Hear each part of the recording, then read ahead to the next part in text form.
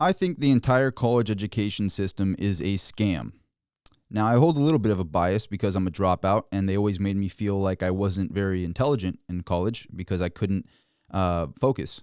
That was my problem. I just was so bored, not passionate at all about the things that I had to jam into my cranium under their fluorescent lights. I remember sitting there, remember pretty vividly sitting there in libraries under fluorescent lights going, how do I get out of here? What am I doing here? And why am I being like in this? I felt like once I finally realized, a lot of people that know my story, if you've been subscribed to the channel, you know that I was a waiter. And I realized when I was making money as a waiter, I'm like, wait a minute, I make more than 50 grand a year as a waiter. I already do pretty well, and I don't think this college degree is going to get me a better job than I already have when it comes to how much money I'm going to make.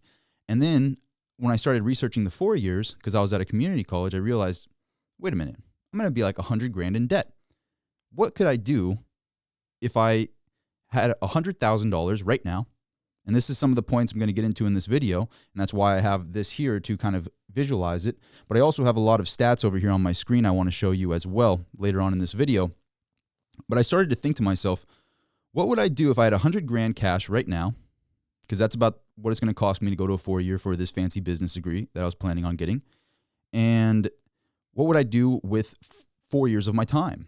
So if I spend 4 years of my time and 100 grand, what could I do with that? And would it be more beneficial to my life than going, I'm going to go and spend the 100,000 on this golden ticket piece of paper, my degree, and then go to somebody and beg for a job? What's the better situation? I went, you know what? I'm going to stack some cash as a waiter, and I'm done with this. I'm done feeling like I'm incompetent or something when I was going to college. I couldn't get into it. I couldn't do it. The stuff I was passionate about, I did really well in, but even the stuff that I was passionate about, I couldn't learn the exact information that I wanted to learn. I was forced to read some textbook that they made me pay $300 for. What's all that about, by the way? Only this textbook that there's a limited quantity of. You have to buy this specific one from 1994, for $300. That's what they would do in the college system. So it's like everything started to, it's like almost, it really is somewhat of a matrix. You're being programmed there. And once you start to get yourself out of that code, out of the programming that's going on, you start realizing, wait a minute, I can see past the smoke and mirrors here. And I don't buy what they're selling. Now, when you first do it, when you first drop out, this is how I felt at least. I saw all my friends at these 4-year colleges partying at their sororities, and these girls at their sororities and the frats going off with the sorority girls and everything. And you look at that and you go, oh man, I'm really missing out. I want to go party with those sorority girls, and I want to be in a fraternity, and I want to do all of that. And then they all graduate, and then they're all in debt. And then after that 6-month period goes by, they have to start paying interest on that debt. And then it starts to hit. Wait a minute. Life isn't all, dandelions and roses out here. It's hard. It ain't easy. And I haven't been taught how to fail. And this is the biggest thing that people don't learn in college is that, let me back it up a little bit. When did it become a good idea? When did it become the American dream to focus on a fallback? I got pitched that so much growing up in my generation. I'm 29 years old now. And in my generation, I remember when I was in high school, that pitch going across, don't you focus on a fallback. Make sure that you have yourself set up for a fallback. If plan A doesn't work out, make sure, don't you want a fallback, a plan B? It's like, no, I don't. I don't at all. I'm going to live once and I'm going to die. I got one chance at this thing. I don't want to fall back. And that's the biggest thing that they don't teach for some reason to the youth. Hey, you should fail. Fail hard, fail often, and fail forward. You're going to fail a bunch of times. I must have failed 20 times before I ever got a break. But you know what? Each and every failure, you'll learn so much more than any college class could ever teach you. Because you won't fail again. If it hurt, if it was a bad failure, the worse the failure, the better the lesson. That's something that they don't teach you for some reason. They want you to focus on this fallback for some reason. Get yourself in debt. Don't you want to focus on a fallback? These all things, when you look past the smoke and mirrors of it all, you start to realize this is a scam. This is actually a scam. Now, I know there's lawyers out there. I know some people want to be doctors, and you have to, unfortunately. You have to get through it. But I would argue if you want to be a lawyer or something along those lines, do it as cheap as possible. Don't get suckered into the Ivy League schools. Don't get yourself in 100, 200 grand of debt. You hear all these Dave Ramsey people calling into Dave Ramsey, and they're like, well, how are you, Dave? Better than I should be. That's what I think that's his line. Better than I should be. What can I help you with? And they're like, well, we're both about $200,000 in college debt, and debt is starting to accumulate. We're driving 2 brand new BMWs that cost us $2,000 a month. What are we doing wrong, Dave?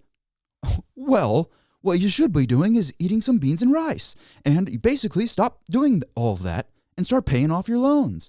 Because you hear that sing time and time and time again, and they're usually between 30 and 40, these individuals calling in, because that's when the debt starts accumulating, and they start realizing, wait, I'm really far in debt, and I actually don't own anything. I'm constantly living paycheck to paycheck, which is like 75% of the U.S. population living paycheck to paycheck. So why do I have this movie prop money here? It's mainly so you stay watching this video. Gotcha. On a side note, it is actually so you can visualize it. Like, so if you're going to get yourself $100,000 in debt, imagine that I could give you this $100,000 right here. This is what $100,000 looks like. And I go, here you go. You got 4 years. Here's $100,000. What can you do with it? Pretty exciting. If you're 18 years old watching this and you think about that, you really visualize that in your mind. You're like, I got a few ideas, actually. And remember, when you're starting a business, you can take that money. Well, they won't give you this much money. They only give you this much money if you're trying to go to college, because they know they'll be able to get that secured debt on your life. You can't get away from it. It's a big difference between secured and unsecured debt. Look into it. But if you're being given that, and you look at it as, okay, $100,000, 4 years of my time, what can I do? You live in the greatest time ever to own a business, to build a business as an entrepreneur. You have a supercomputer in your pocket. This came out in 2007. Been out for less than 20 years. So in the process of this time, college has become completely outdated. You have a supercomputer in your pocket, and social media really came out it came out in around 2010. It started rolling out, but it wasn't really taken serious until about 2013 to 2015. It started really getting adopted and moving forward. And just recently, it's actually starting to take off. And so all of these things are brand new. They don't have a college class for this. And if they do, they're not really going to be able to teach you very much about it. You can learn so much more from a class online. And this is another thing I wanted to bring up. So let me show you over here on my screen why this really breaks it down on why I think it's a scam. So you look at the federal student loans, and look at this. Federal student loans make up the vast majority of American education debt. About 92% of all outstanding student loans is federal debt.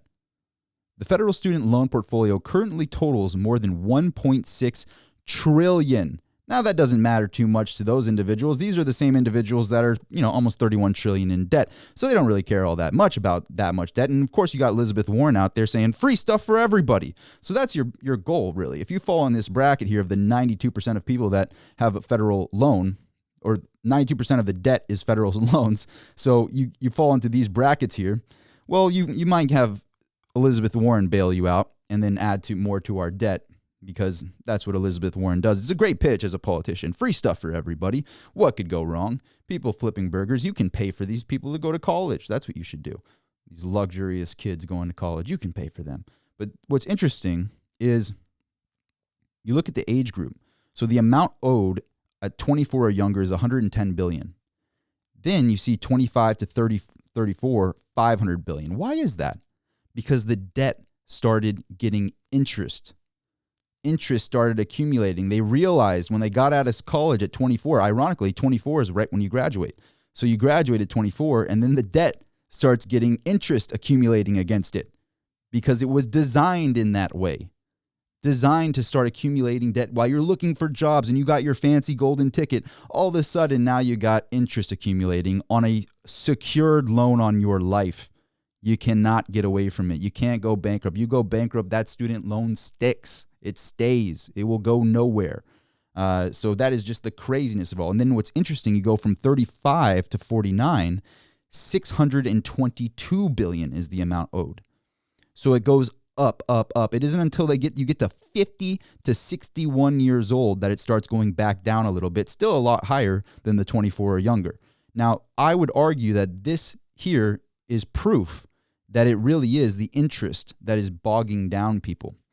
And the problem becomes that because it's a federal loan, because the government is involved in these loans, let me go back, because the government is involved in these loans, they're giving away these loans like it's candy to these kids. So you're 18 years old, here's $100,000. You don't know what you want to do with your life, but plan it out right now. Here's $100,000 to go to college. That is the problem, is the ease of getting the money.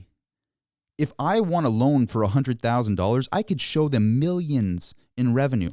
Go, here's millions in revenue, a profitable company. Take a look at my profit loss statements, everything. For them to give me $100,000, they're not going to give me $100,000 with no interest for 4 years.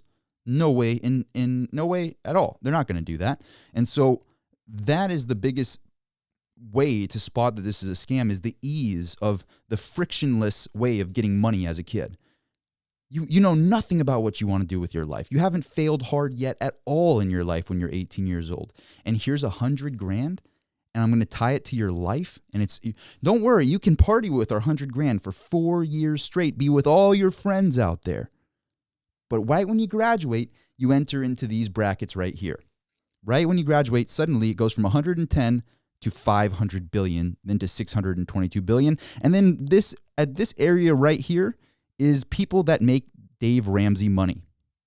That's the Dave Ramsey audience, right in this general range, from the 35 to 61 bracket. Or the 25 to 61 bracket, rather. That's the Dave Ramsey show. How you doing today, Dave? Better than I should be. What's your problem? Well, I'm $500,000 in student loan debt. Well, I'm $250,000 in student loan debt. Between me and my wife, we got $500,000 in student loan debt. Oh, well, here's what you should do. You made a big mistake going to college in the first place. He won't admit that. But really, that's what the situation is. It's very clear when you look at it there. When you look at the federal student loan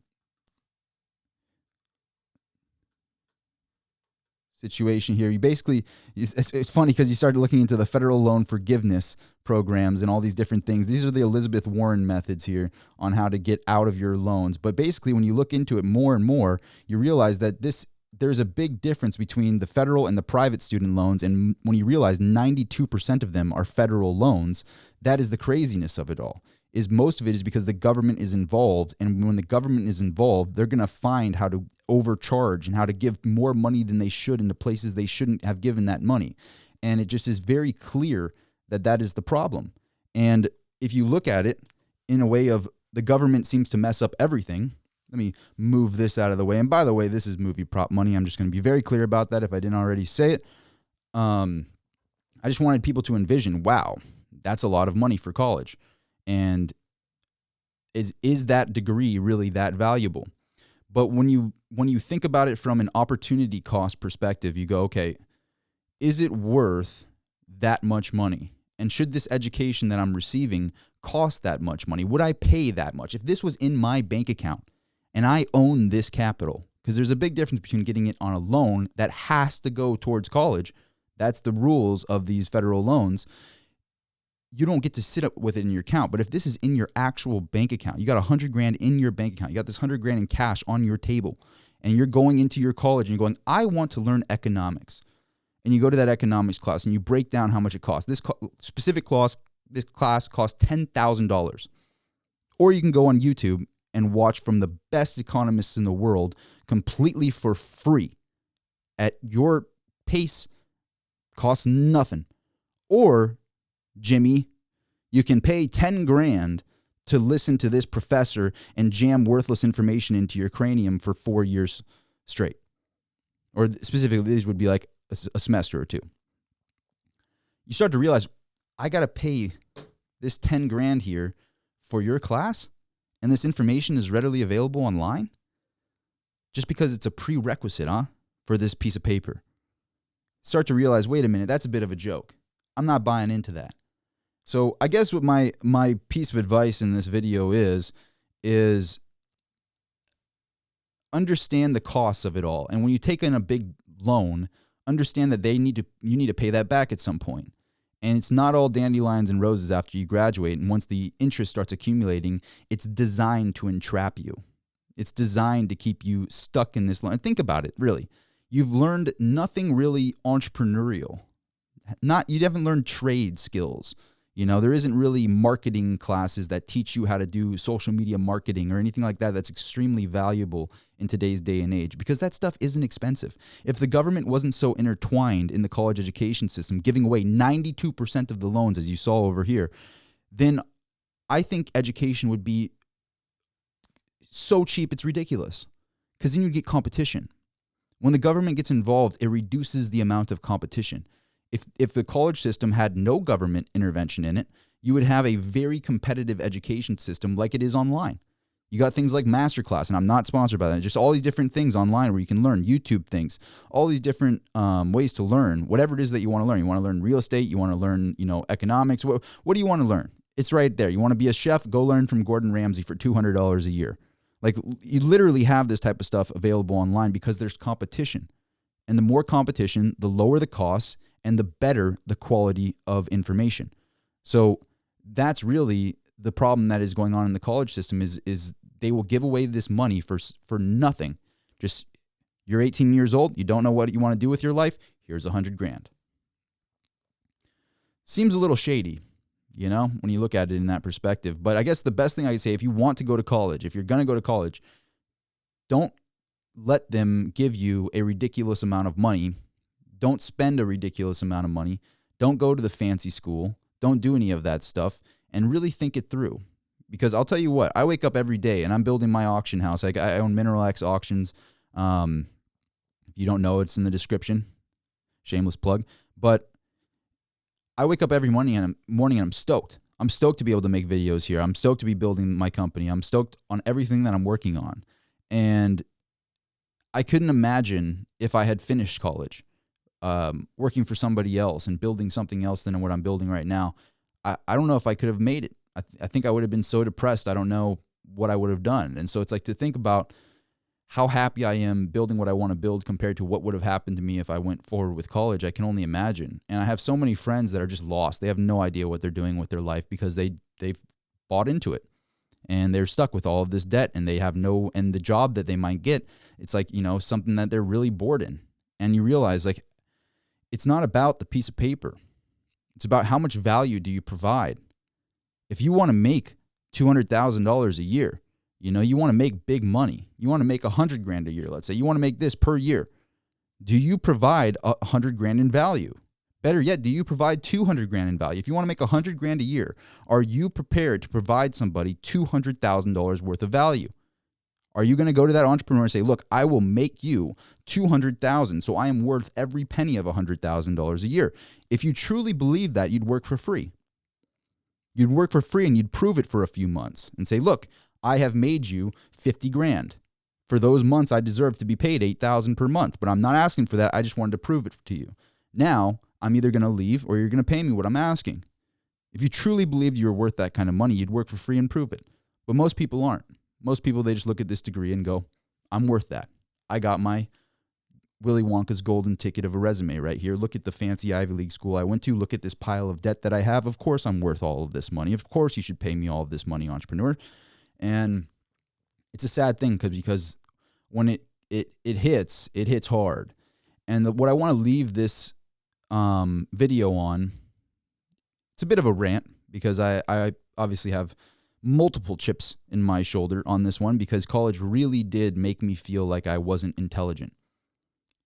It really beat me down and made me feel pretty worthless at the time because I wasn't passionate at all about it. And now I realize, I actually provide a lot of value, and I really felt worthless in the college system. And I didn't get to compete and use the skills that I have in the way I would have liked to, because it seems like everybody is studying the same information pertaining to the same textbooks and for the same generic tests. So if you want to walk the world, a gray world in a color, if you want to be vivid color in a world of gray, and you're learning the same information as everybody else in this big classroom, you're gray in the world of gray. You don't stick out. You're the same. It's not until you break free of that you realize what the world looks like in vivid color. And some people might think I'm crazy to say that, but it's like, it really does seem like they're churning out the same programmed individuals. And it's sad. It's sad to see, because you live in the greatest time ever to be an entrepreneur. They say only like 5% of entrepreneurs make it, something like that. I doubt that. I think what the problem is it's not that only 5% make it. It's that only 5% know how to move forward through their failures. That 5% or whatever figure that's out there, I don't know how you even measure that statistic of people that tried and failed or whatever, but they say it's a very thin margin of people that make it as an entrepreneur to building a profitable business. I think that those few simply knew how to fail forward. Every time they failed, and I'll tell you what, the harder the failure, you really do learn a lot more by how hard the failure was, because you don't want to fail like that again. I remember when I did like a $50,000 deal, and I lost like $10,000 on it because the price of the items wasn't worth what I paid for it. And when you lose 10 grand, when it really matters to you, you feel it, and you don't make that same mistake again.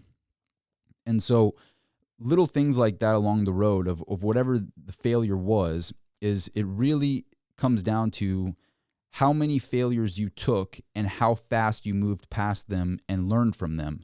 And that's the biggest problem with the college system and the high school and all the public high schools worldwide, private high schools worldwide. Basically, they don't teach the kids like, hey, you need to fail. You need to fail many, many, many times. And that is the best education for you. But no, they will pitch you on the fallback. Plan B, make sure that you set up that pillow to fall on.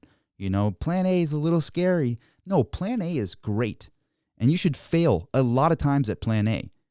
You should never even, if you have a fallback, then you weren't really pot committed to plan A. And if you get pot committed to the fallback, that's what they want. They want you to be owing them the 100 grand right here. They want you to spend 4 years of your time. And can you blame the college kids? So a college kid watching this video is going to watch it and go, you don't understand, Rob. You didn't go to college. You're not like us. We got a fancy college degree. Look at it. It's right here.